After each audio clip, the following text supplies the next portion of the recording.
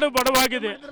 ಅಖಿಲ ಭಾರತ ವೀರಶೈವ ಮಹಾಸಭಾ ಅಧ್ಯಕ್ಷ 2ನೇ ಬಾರಿಗೆ ಒಡೆದು ಹೋದ ಸಮಾಜ ಮನಸ್ಸುಗಳನ್ನು ಕಟ್ತಕ್ಕಂಥ ಕೆಲಸವನ್ನು ಮಾಡಿದರು. ಅವರು ದಾವಣಗೆರೆ ಶಿಕ್ಷಣ, ವ್ಯಾಪಾರ ಮತ್ತು ಏನು ಕೈಗಾರಿಕಾ ಕ್ಷೇತ್ರ ಕ್ರಾಂತಿಯನ್ನು ಮಾಡಿದ್ದು ಒಬ್ಬ ಮಹಾನ್ ನಾಯಕರು. ಇವತ್ತು ಅವ್ರನ್ನ ಕಳ್ಕೊಂಡು ನಾಡು ಬಡವಾಗಿದೆ.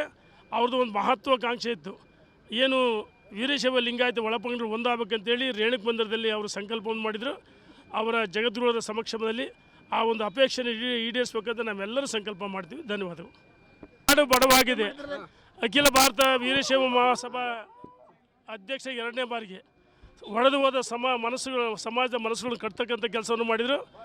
ಅವರು ದಾವಣಗೆರೆ ಶಿಕ್ಷಣ, ವ್ಯಾಪಾರ ಮತ್ತು ಏನು ಕೈಗಾರಿಕಾ ಕ್ಷೇತ್ರ ಕ್ರಾಂತಿಯನ್ನು ಮಾಡಿದ್ದು ಒಬ್ಬ ಮಹಾನ್ ನಾಯಕರು. ಇವತ್ತು ಅವ್ರನ್ನ ಕಳ್ಕೊಂಡು ನಾಡು ಬಡವಾಗಿದೆ. ಅವ್ರದ್ದು ಒಂದು ಮಹತ್ವಾಕಾಂಕ್ಷೆ ಇತ್ತು, ಏನು ವೀರಶೈವ ಲಿಂಗಾಯತ ಒಳಪಂಗಡರು ಒಂದಾಗಬೇಕಂತೇಳಿ ರೇಣುಕ ಮಂದಿರದಲ್ಲಿ ಅವರು ಸಂಕಲ್ಪವನ್ನು ಮಾಡಿದರು. ಅವರ ಜಗದ್ಗುರುವರ ಸಮಕ್ಷಮದಲ್ಲಿ ಆ ಒಂದು ಅಪೇಕ್ಷೆಯನ್ನು ಈಡೇರಿಸಬೇಕಂತ ನಾವೆಲ್ಲರೂ ಸಂಕಲ್ಪ ಮಾಡ್ತೀವಿ. ಧನ್ಯವಾದಗಳು. ನಾಡು ಬಡವಾಗಿದೆ. ಅಖಿಲ ಭಾರತ ವೀರಶೈವ ಮಹಾಸಭಾ ಅಧ್ಯಕ್ಷ 2ನೇ ಬಾರಿಗೆ ಒಡೆದು ಹೋದ ಸಮಾಜ ಮನಸ್ಸುಗಳನ್ನು ಕಟ್ತಕ್ಕಂಥ ಕೆಲಸವನ್ನು ಮಾಡಿದರು. ಅವರು ದಾವಣಗೆರೆ ಶಿಕ್ಷಣ, ವ್ಯಾಪಾರ ಮತ್ತು ಏನು ಕೈಗಾರಿಕಾ ಕ್ಷೇತ್ರ ಕ್ರಾಂತಿಯನ್ನು ಮಾಡಿದ್ದು ಒಬ್ಬ ಮಹಾನ್ ನಾಯಕರು. ಇವತ್ತು ಅವ್ರನ್ನ ಕಳ್ಕೊಂಡು ನಾಡು ಬಡವಾಗಿದೆ. ಅವ್ರದ್ದು ಒಂದು ಮಹತ್ವಾಕಾಂಕ್ಷೆ ಇತ್ತು, ಏನು ವೀರಶೈವ ಲಿಂಗಾಯತ ಒಳಪಂಗಡರು ಒಂದಾಗಬೇಕಂತೇಳಿ ರೇಣುಕ ಮಂದಿರದಲ್ಲಿ ಅವರು ಸಂಕಲ್ಪವನ್ನು ಮಾಡಿದರು. ಅವರ ಜಗದ್ಗುರುವರ ಸಮಕ್ಷಮದಲ್ಲಿ ಆ ಒಂದು ಅಪೇಕ್ಷೆಯನ್ನು ಈಡೇರಿಸಬೇಕಂತ ನಾವೆಲ್ಲರೂ ಸಂಕಲ್ಪ ಮಾಡ್ತೀವಿ. ಧನ್ಯವಾದಗಳು. ನಾಡು ಬಡವಾಗಿದೆ.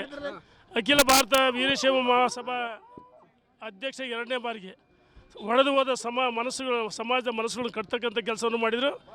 ಅವರು ದಾವಣಗೆರೆ ಶಿಕ್ಷಣ, ವ್ಯಾಪಾರ ಮತ್ತು ಏನು ಕೈಗಾರಿಕಾ ಕ್ಷೇತ್ರ ಕ್ರಾಂತಿಯನ್ನು ಮಾಡಿದ್ದು ಒಬ್ಬ ಮಹಾನ್ ನಾಯಕರು. ಇವತ್ತು ಅವ್ರನ್ನ ಕಳ್ಕೊಂಡು ನಾಡು ಬಡವಾಗಿದೆ.